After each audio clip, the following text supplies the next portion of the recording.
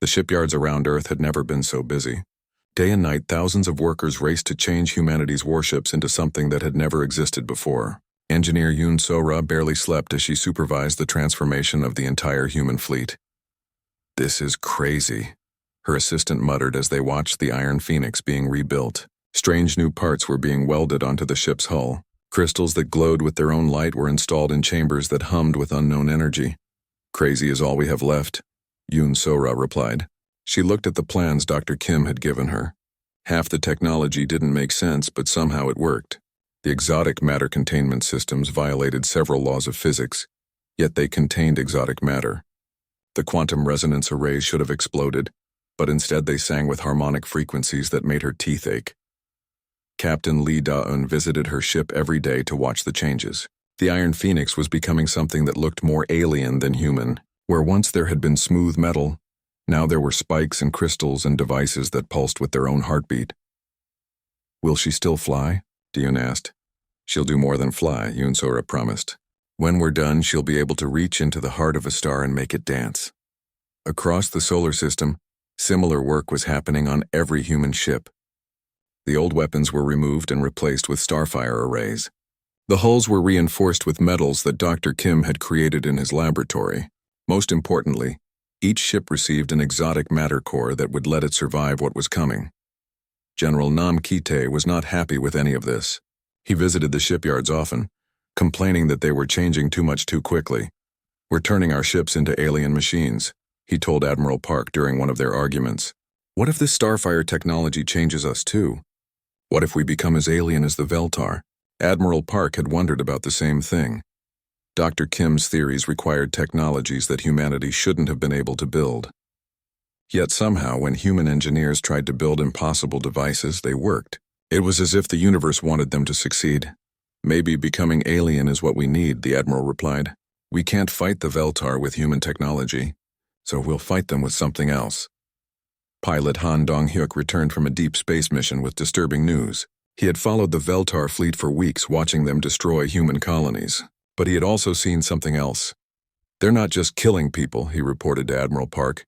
"They're doing something to the planets after everyone dies. They land these huge machines and dig deep into the planet's core. Then they take something away." "What are they taking?" Commander Choi asked. "I don't know," Han replied. "But whatever it is, they want it badly. And they only take it from worlds where intelligent life used to live." Dr. Kim was working 18 hours a day in his laboratory. The Starfire project was moving faster than he had ever dreamed possible. Human scientists and engineers seemed to understand his theories instinctively, even when he couldn't explain them properly. "It's like we were meant to build this," he told his assistant. "Oh Garam, every time we hit a problem, someone comes up with a solution that shouldn't work but does." Oh Garam was studying pieces of wreckage from destroyed Veltar ships. The alien technology was incredibly advanced, but it had one strange feature. Everything was connected to some kind of central network. "Look at this," she showed Dr. Kim. "Every Veltar device has this same component. It's like a radio, but it's always listening to something far away." Dr. Kim examined the alien device carefully. "It's not just listening," he realized. "It's being controlled. These aren't independent machines, they're tools being used by something else." The discovery was troubling, but there was no time to investigate further. The Veltar main fleet was only months away from Earth, and the Starfire project had to be finished. Captain Bae Jun-ho commanded one of the older ships that wouldn't be converted to Starfire technology.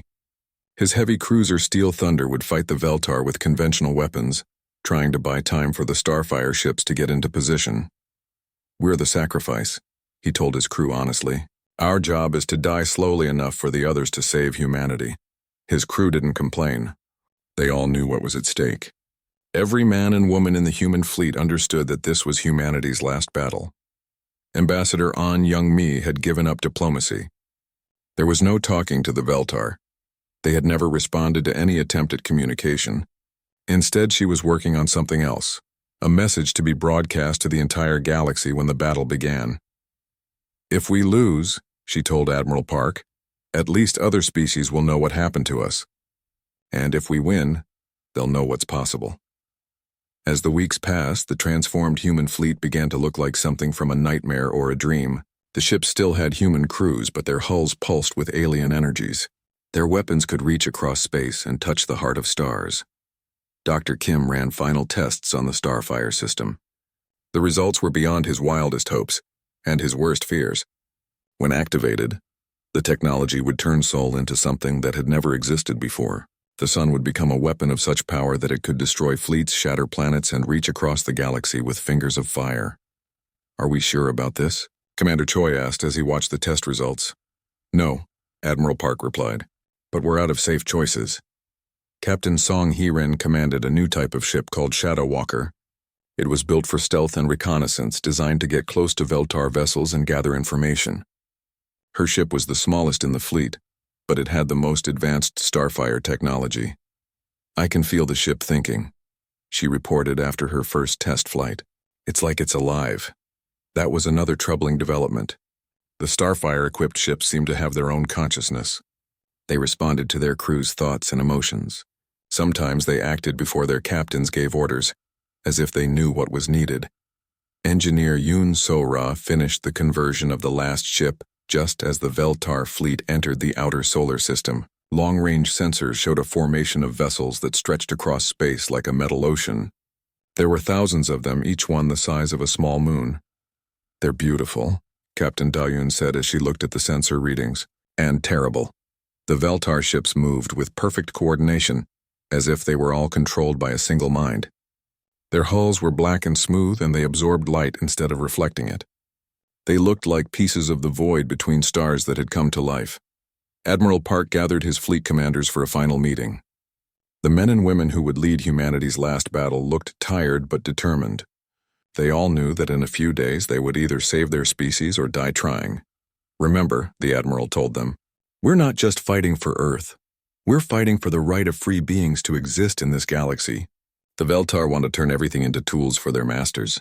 We're going to show them that some things refuse to be tools." Dr. Kim made his final preparations. The Starfire activation sequence was loaded into every ship's computer. When the time came, they would reach out and touch the sun itself, turning humanity's life-giving star into an instrument of war.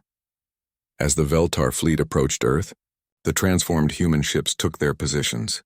They looked like metal flowers that had bloomed in the darkness, their hulls glowing with inner fire. They were beautiful and alien and utterly human all at the same time. The stage was set for a battle that would determine the fate of every living thing in the galaxy. 6 months after the Battle of Sol, the solar system had become something unprecedented in galactic history. Sol continued to pulse with Starfire energy, creating a zone of freedom that the source mind could not penetrate. Ships from dozens of liberated species came to Earth seeking refuge and alliance. Admiral Kim Ha-na stood on the observation deck of the new space station that orbited Earth's transformed sun. The station had been built by freed Veltar working alongside humans, creating something that combined the best of both technologies. It was a symbol of what could be achieved when species work together, instead of being forced to serve a distant master. "The next target is the Rigel system," she told her assembled fleet commanders. "Intelligence reports indicate that the source mind has a major control node there, coordinating the enslavement of 12 different species." Fleet Commander Jang In-soo studied the tactical displays. His new stellar navy consisted of ships that looked more like living creatures than machines. Each vessel carried a piece of awakened star in its core, allowing it to project starfire energy across vast distances. "The defenses around Rigel are massive," he pointed out. "The source mind has learned from our success here. It's concentrating its forces around key systems." Dr. Shinbo Ram had spent months studying the freed Veltar and other liberated species. Her research had revealed the full scope of the source mind's crimes against the galaxy. "The pattern goes back millions of years," she reported to the fleet commanders. "We've found evidence of at least 47 major civilizations that were enslaved and eventually destroyed. The source mind uses each species until they're no longer useful, then harvests their life force and moves on to the next targets." The knowledge was sobering, but it also provided hope. If the source mind had destroyed so many civilizations, it meant that each successful liberation struck a blow against millions of years of accumulated power. Captain Lee Da-yoon, now promoted to admiral, commanded the assault fleet that would attack Rigel. The Iron Phoenix had been rebuilt again, Incorporating technology shared by the freed species, her ship was now a fusion of human determination, Veltar engineering, and innovations from a dozen other worlds. "Remember," Admiral Park told her before the mission began, "we're not just fighting for ourselves anymore. Every species in this galaxy is counting on us to break the chains that have held them for so long." The journey to Rigel took 3 weeks through hyperspace. Admiral Daun's fleet consisted of 50 ships, each one carrying the fire of an awakened star. They were accompanied by volunteer vessels from the liberated species, former slaves who had chosen to fight for the freedom of others. When they emerged from hyperspace near Rigel, they found themselves facing the largest source mine stronghold ever assembled. Thousands of enslaved ships defended a massive structure that had been built into the star itself. The source mine had turned Rigel into a weapon, a star-sized tool for controlling nearby systems. "All ships, begin the liberation sequence," Admiral Daun ordered. The Starfire ships reached out with their exotic energies, trying to awaken Rigel as they had awakened Sul, but the source mind was ready for them. Counterwaves of dark energy emerged from the enslaved star, fighting against the liberating force.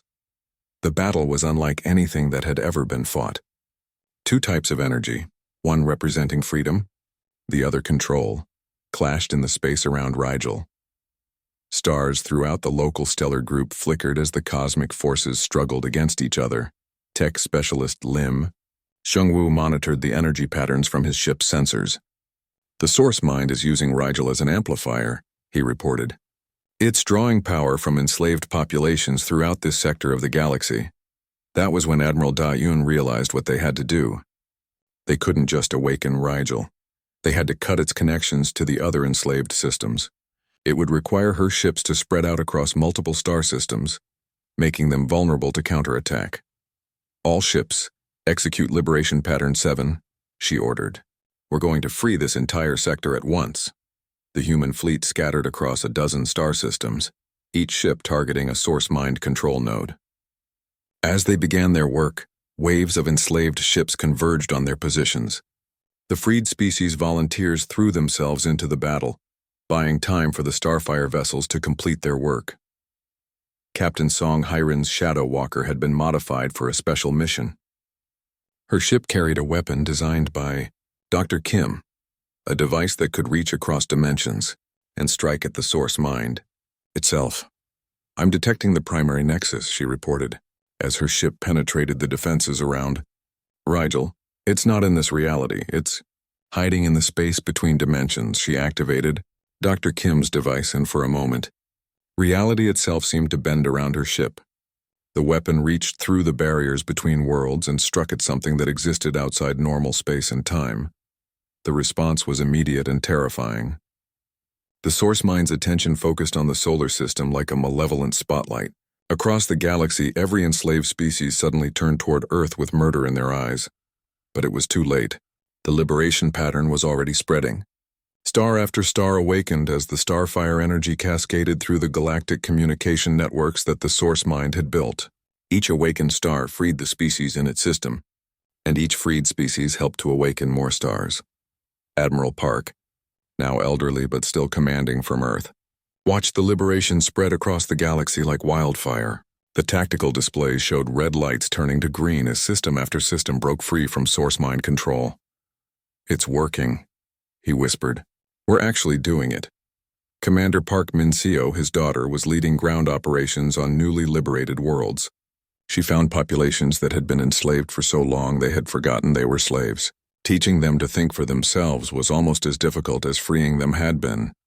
"Some of them don't want to be free," she reported sadly. "They're terrified of making their own decisions. The source mind gave them purpose, and now they feel lost. It was a problem that would take generations to solve. Freedom was more than just the absence of slavery. It required courage, wisdom, and the willingness to accept responsibility for one's own choices."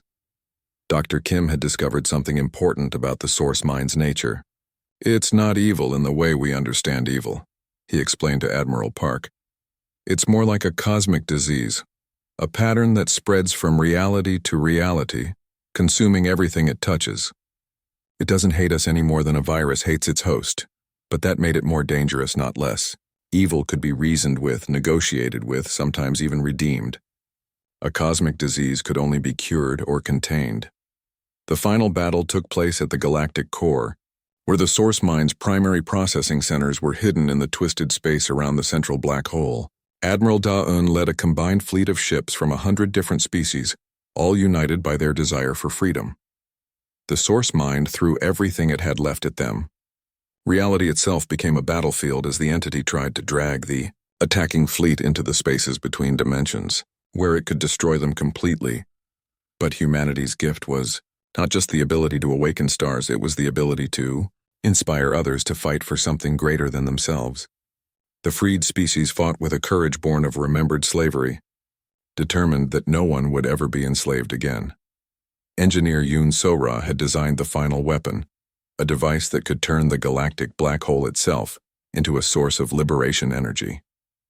It was incredibly dangerous and would likely destroy her ship, but it was the only way to reach the source mine's core processing centers. "For everyone who was enslaved," she said as she activated the device. "For everyone who died in chains. For everyone who will live free." The black hole ignited with starfire energy, sending waves of liberation across all of space and time. The source mine's scream echoed through dimensions as its primary nexus was destroyed. Admiral Park felt the moment when it ended. Across the galaxy, the last enslaved populations suddenly found themselves free to think their own thoughts. The cosmic disease that had infected reality for millions of years was finally cured. But the victory came with a price. Humanity could never again be innocent. They had wielded the power of gods and would forever be responsible for maintaining the freedom they had won. They had become the guardians of a galaxy where free will could flourish. Years later, Admiral Park stood in the observation deck of a space station orbiting the awakened soul. Around him, children from 100 different species played together in the station's gardens. They laughed and argued and dreamed as children should. He thought about the price of victory.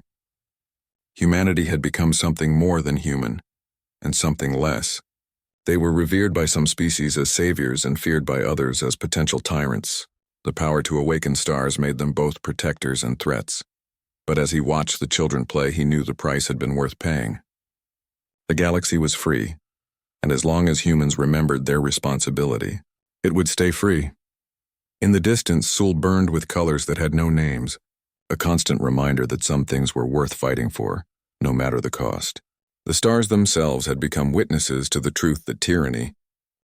The Battle of Seoul began at dawn on a Tuesday morning, though in space there was no dawn and every day was the same. Captain Bae Jun-ho led the charge with the old human fleet, ships built for wars between humans, not battles against gods. "All ships, attack formation," he broadcast to his squadron. "Make them pay for every meter of space." The Steel Thunder and her sister ships fired everything they had at the approaching Veltar vessels. Nuclear missiles streaked across the darkness, followed by particle beams and plasma bolts. For a moment, space lit up like a deadly fireworks show. The weapons hit the Veltar ships and simply disappeared. Their shields absorbed the energy like black holes swallowing light. The alien vessels didn't even slow down. "Conventional weapons are useless," reported Captain Kim from the destroyer Braveheart. "We might as well be throwing rocks at them." But the old fleet kept fighting anyway. They flew their ships into impossible positions, forcing the Veltar to destroy them one by one. Each human ship that died bought precious minutes for the Starfire vessels to reach their positions. Admiral Park Taemin watched from the bridge of his flagship, Eternal Defiance. The ship had been converted with Starfire technology, and he could feel its alien consciousness touching his mind. It was eager to fight, hungry for the battle to come. "Sir, the conventional fleet is taking heavy casualties," Commander Choi reported. His voice was steady, but his hands shook as he read the casualty reports. On the screen, human ships exploded in silent flowers of fire. Each explosion meant hundreds of dead sailors, people who had chosen to die so their species might live. Admiral Park closed his eyes and tried not to count the losses. Below them, Earth was already under attack. Veltar bombers had broken through the orbital defenses and were targeting the major cities. Seoul, London, New York, and Moscow burned as the aliens systematically destroyed humanity's centers of government and culture. "They're not trying to conquer us," observed Ambassador An Youngmi from her bunker beneath the ruins of Geneva. "They're trying to erase us completely." Captain Lee Da-un felt the Iron Phoenix responding to her emotions. The ship wanted to join the battle, to unleash its new weapons against the enemy. But she had to wait for the signal. The starfire sequence had to be perfectly timed or it would fail. "Captain, I'm reading massive energy signatures from the Veltar command ships," her sensor officer reported. "They're preparing some kind of super weapon." Da-un looked at the tactical display. The largest Veltar vessels were moving into formation around Earth. Whatever they were planning would finish the job their bombers had started. In his underground laboratory, Dr. Kim watched the battle through a network of sensors. The human fleet was dying, but they were dying in the right places. Each destroyed ship had positioned itself to give the starfire vessels clear lines of approach to their target, the sun itself. "Beginning final countdown," he announced to all the starfire ships. "Exotic matter cores to full power. Quantum resonance arrays online." Across the solar system, the converted human ships began to glow. Their hulls pulsed with energy that made space itself ripple. The starfire technology was awakening, reaching out toward the massive fusion reactor that gave life to Earth. But scientist Ogaram had made a discovery that changed everything. While analyzing wreckage from the battle, she found the key to the Veltar's power and their weakness. "Dr. Kim, you need to see this," she called urgently. "The Veltar ships aren't really controlled by the crews inside them. They're all connected to something else, something I'm calling the source mind." She showed him her analysis of the alien technology. Every Veltar device was linked to a vast network that spanned the galaxy. The individual aliens weren't making decisions. They were following orders from a central intelligence. "If we can disrupt that connection," Ogaram explained, "their entire fleet might lose coordination." Dr. Kim stared at the data. "The starfire sequence might do exactly that. When we change the sun, the energy waves will spread throughout the solar system. They might break the source mind's control." It was a hope, but only a small one. The starfire sequence was already beginning, and there was no way to stop it now. Captain Bae Jun-ho's Steel Thunder was the last of the conventional ships still fighting. Her hull was cracked and her weapons were nearly exhausted, but she kept firing at the Veltar fleet. "This is Steel Thunder to all starfire vessels," he broadcast. "We've done all we can. The rest is up to you." A moment later, his ship disappeared in a ball of white fire, as 3 Veltar dreadnoughts focused their weapons on him. Captain Bae and his crew joined the thousands of other humans who had died buying time for humanity's last desperate plan. Admiral Park felt tears on his cheeks as he watched the conventional fleet die. These were his people, his responsibility. He had sent them to their deaths, and now he had to make sure their sacrifice meant something. "All starfire ships, begin the sequence," he ordered. Captain Da-un felt the Iron Phoenix responding to the command. The ship's exotic matter core reached critical resonance, and suddenly she could feel the sun itself, 93 million miles away but as close as her own heartbeat. Around the solar system, the other starfire ships joined their power to hers. Together, they reached out with technology that shouldn't exist and touched the heart of humanity's star. Ambassador An Young-mi had prepared humanity's final message to the galaxy. As the starfire sequence began, she broadcast it on every frequency that could reach the stars. To anyone listening, her voice carried across the void, "This is Earth. We are not the heroes of this story. We are simply the ones who refused to die quietly. If you receive this message, know that we chose to fight with the power of stars rather than surrender to slavery. Whatever happens next, remember that free beings lived here once." The sun began to change. Dr. Kim watched in awe as his theories became reality. Sol's surface started to pulse with rhythms that had nothing to do with normal stellar fusion. New types of energy began radiating from the star. Exotic particles that traveled faster than light and carried power beyond imagination. "It's working," he whispered. "We're actually doing it." But the cost was becoming clear. The changed sun would never be the same. Earth itself might become uninhabitable. Humanity was trading its birth world for a chance at survival. Captain Song Hairin's stealth ship Shadow Walker detected something unexpected. As the starfire energy spread through the solar system, the Veltar ships began to malfunction. Their perfect coordination was breaking down. Ships collided with each other or fired randomly into space. "The source mind connection is being disrupted," she reported. "The Veltar crews are waking up." On the bridge of a Veltar command ship, Commander Park Min-seo led a desperate boarding action. Her strike team had fought their way through corridors filled with alien warriors, but as the starfire energy reached the enemy vessel, something incredible happened. The Veltar stopped fighting. They stood still for a moment, then began to remove their helmets. Underneath, Minseo saw faces that looked almost human, frightened, confused, but definitely alive and thinking for themselves. They're not our enemies, she realized. They're prisoners, just like we were about to be. The revelation came too late to stop the starfire sequence, but it changed everything about what the battle meant. Humanity wasn't just fighting for their own survival. They were breaking chains that had held entire species in slavery. Sol blazed with new fire, sending waves of liberation across the solar system.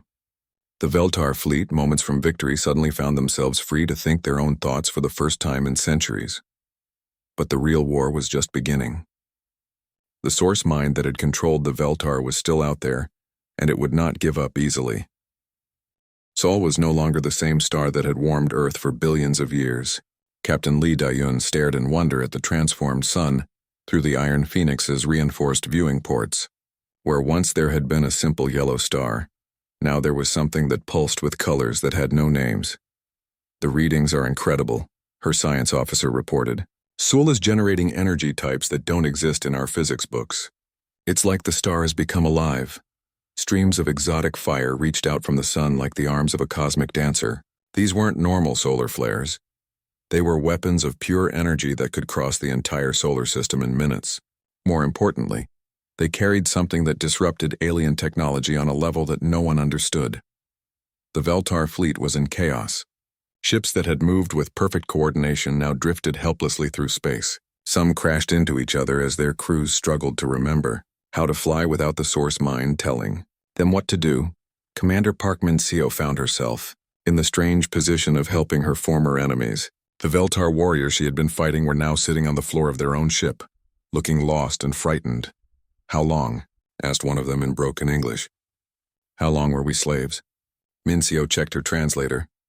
"According to our records, your species has been attacking other worlds for over 3,000 years. The Veltar warrior, she could see now that he was young, maybe even younger than herself, began to cry. 3,000 years of murder. What have we done? Tech specialist Lim Sung-woo was working frantically to understand the disabled Veltar systems. What he found made him call for Admiral Park immediately. "Sir, you need to see this," Lim said when the Admiral arrived at his laboratory. "The Veltar technology isn't from this galaxy. It's designed by something that doesn't think like any life form we know." He showed Admiral Park the alien computer systems. They were incredibly advanced, but they were also completely foreign to how humans or even the Veltar thought. Every decision was made by consulting a vast database of rules and patterns. "It's like a machine trying to understand life by memorizing every possible situation," Lim explained. "But it doesn't actually understand anything. It just follows programs written by something else." Admiral Park studied the data. "Something else? What do you mean?" "The source mind isn't from this dimension," Lim said quietly. "It's something that exists in the spaces between realities. It's been using the Veltar and other species as tools to prepare our galaxy for invasion." The implications were terrifying. If Lim was right, then the battle for Earth was just a small part of a war that spanned multiple dimensions. Humanity had accidentally struck a blow against enemies they didn't even know existed. Captain Song Hyarin's Shadow Walker had become the fleet's eyes and ears.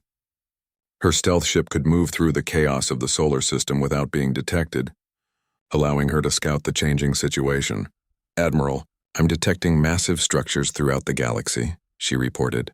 "They're hidden in dead star systems, but the starfire energy is making them visible. There are thousands of them. The structures were enormous, some were larger than planets. They had been built by enslaved species over millions of years, all following the same basic design. They were staging areas for an invasion that would dwarf anything humanity had imagined." Dr. Shin Bo-ram was Earth's leading expert on alien biology, and she was fascinated by the freed Veltar. As she studied them, she discovered that they were remarkably similar to humans in many ways. "They're curious," she reported to the Admiral. "Once you remove the source mind's influence, they ask questions about everything. They want to learn, to explore, to create new things. They're almost exactly what humans were like when we first discovered fire." It was a disturbing parallel, The Veltar had been young and innocent when the source mind found them. Their natural curiosity had led them to ancient ruins left by a previous civilization, ruins that contained source mind technology. The pattern repeats, Dr. Shin explained. A young species discovers the ruins, activates the technology, and becomes enslaved. Then they're used to conquer other worlds and spread more ruins. It's been happening for millions of years. Admiral Kim Hana was younger than Admiral Park and more aggressive in her thinking. She had been studying the tactical situation and didn't like what she saw. "We've won a battle, but we're losing the war," she told the senior staff. "The source mind has thousands of enslaved species and millions of ships.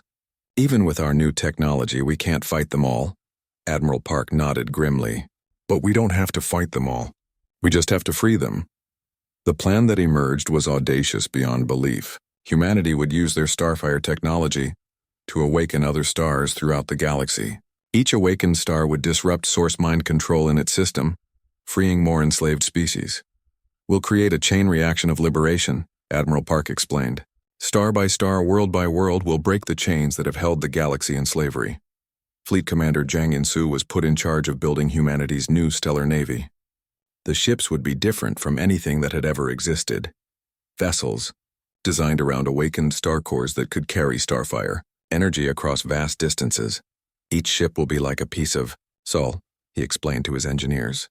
"They'll carry the fire of freedom to every corner of the galaxy." The first test came sooner than expected. The source mind, realizing what humanity had done, began to strike back. Waves of enslaved ships from a dozen different species converged on the solar system. Captain Dayun took the Iron Phoenix into battle against odds that would have been impossible before. But her ship was no longer just a human vessel. It was a piece of awakened star wrapped in metal and determination. The enemy ships fired weapons that could have destroyed planets, but the Iron Phoenix simply absorbed the energy and grew stronger.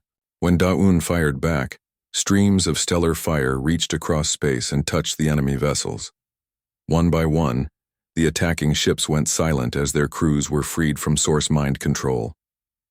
Instead of explosions, there were moments of awakening as entire species remembered who they had been before slavery. "This is Captain Dayun to all freed vessels," she broadcast. "You are no longer slaves. You are free to choose your own path." Some of the freed ships joined the human fleet immediately. Others simply turned around and headed home to worlds they hadn't seen in centuries. A few went completely mad from the shock of sudden freedom and had to be gently escorted to safe harbors. The battle revealed something important about the source mind's strategy. It wasn't just conquering the galaxy, it was harvesting something from each enslaved world. The same thing the Veltar had been taking from destroyed human colonies. Dr. Kim analyzed the data and reached a disturbing conclusion. "It's harvesting consciousness itself," he told the Admiral. "Every thinking being that dies under source mind control becomes part of its database. It's trying to understand life by stealing the thoughts of the dead." That explained why the source mind was so alien, yet so effective. It wasn't alive in any sense that humans understood, but it had absorbed the knowledge and experience of billions of dead beings from across the galaxy. "It's building itself into a god," Admiral Park realized. "A god made from the stolen souls of entire civilizations." The fight for the galaxy was no longer just about survival or freedom. It was about preventing something unthinkably evil from achieving ultimate power over all life. As more stars awakened and more species were freed, the scope of the conflict became clear. This wasn't a war between different nations or even different planets. It was a battle between life itself and a force that wanted to turn all existence into a tool for its own growth.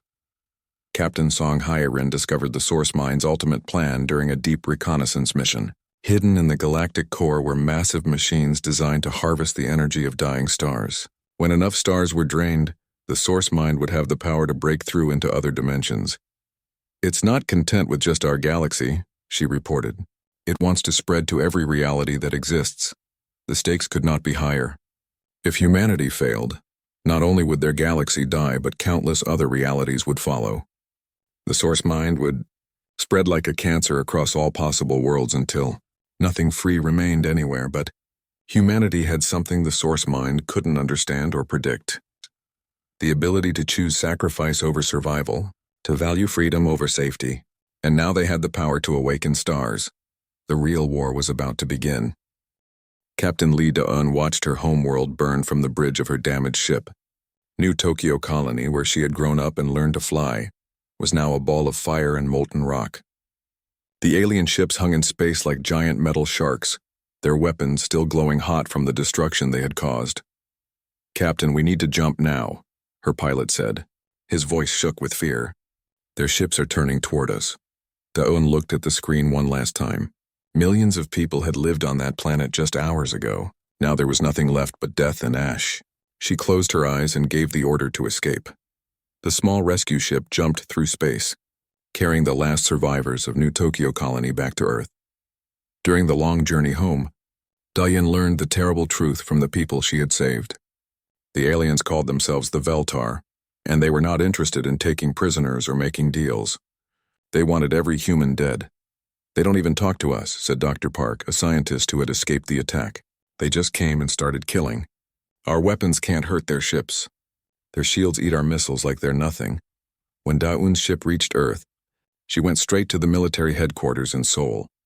Admiral Park Tae-min was waiting for her in a large room filled with maps and computer screens. He was an older man with gray hair and tired eyes. Da-eun had heard stories about him, how he had fought in the Mars Rebellion and saved thousands of lives. "Tell me everything," the admiral said.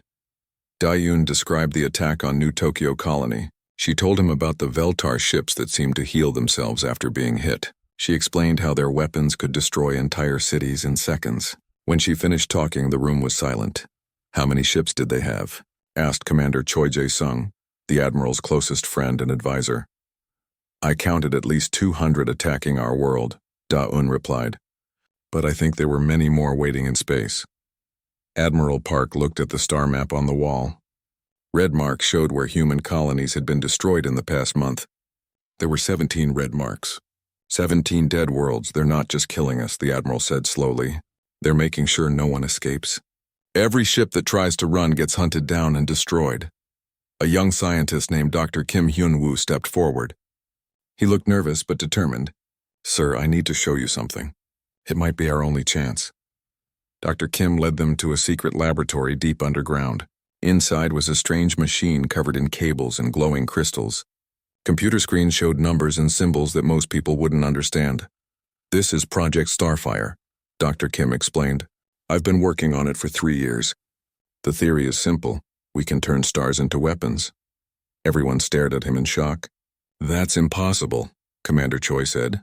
"No, it's not," Dr. Kim replied. "Stars are just giant fusion reactors. If we can change how they burn, we can make them release enormous amounts of energy, enough energy to destroy entire fleets of ships." Admiral Park studied the machine carefully. "What would this cost us?" Dr. Kim looked uncomfortable. "We would have to change our own sun. Seoul would become something different, more powerful but also more dangerous. We don't know what the long-term effects would be." "And if we don't do this?" the admiral asked. "Then in 6 months, when the main Veltar fleet arrives, humanity dies," Dr. Kim said simply. The room fell silent again. Everyone knew the scientist was right. Reports from the outer colonies all told the same story. The Veltar were destroying everything human. They moved from star to star like a plague, leaving only empty space behind. Captain Da-eun looked at the admiral. "Sir, what are our chances in a normal fight?" Admiral Park pulled up another screen. It showed the size of the human fleet compared to what they knew about the Veltar forces. The numbers were terrifying. "We have 2,000 ships," he said. "Good ships with brave crews. But intelligence reports suggest the Veltar main fleet has over 50,000 vessels. Their technology is hundreds of years ahead of ours. So we can't win," Commander Choi said. "Not in a fair fight," the admiral agreed. "But this wouldn't be a fair fight." Dr. Kim activated his machine. The crystals glowed brighter and strange music seemed to come from the air itself. "Starfire isn't just a weapon," he explained. "It's a way to give humanity the power of gods. But gods can become monsters very easily." Over the next few weeks, more bad news arrived from space. The Veltar had destroyed the colonies at Alpha Centauri and Wolf 359. Millions more humans were dead. The alien fleet was moving toward Earth like a slow but unstoppable storm. Admiral Park called a meeting of Earth's government leaders. Presidents and prime ministers from every nation gathered to hear his report. The news was simple and terrible. Humanity was going to die unless they did something that had never been done before. Project Starfire is our only option, the Admiral told them. We can turn our sun into a weapon that might stop the Veltar. But once we do this, there's no going back. We'll have power that no species should have. The debates went on for days. Some leaders said it was too dangerous. Others said they had no choice. In the end, they voted to give Admiral Park permission to begin Starfire. Captain Da-Un was given command of a new ship called the Iron Phoenix. It was being rebuilt with Starfire technology, strange devices that hummed with barely controlled power. When she saw her new ship, she barely recognized it. It looks alien, she told the engineers. That's because we're using science we don't fully understand, replied engineer Yoon So-ra. Dr. Kim's theories work, but we're not sure why. As Earth prepared for the coming battle, messages arrived from the few human ships still alive in deep space. The Veltar weren't just destroying colonies, they were doing something else to the dead worlds. Harvesting something, taking something important. No one knew what the aliens wanted, but it was clear that killing humans was only part of their plan. Admiral Park stood in his office, looking out at the stars. In a few months, those stars would either shine with hope or go dark forever. He touched the Starfire activation key that hung around his neck. Humanity was about to play with forces that could destroy solar systems. They were going to fight gods with the power of stars themselves, and if they lost, no one would remember that humans had ever existed. The dying light of distant suns reminded him that time was running out.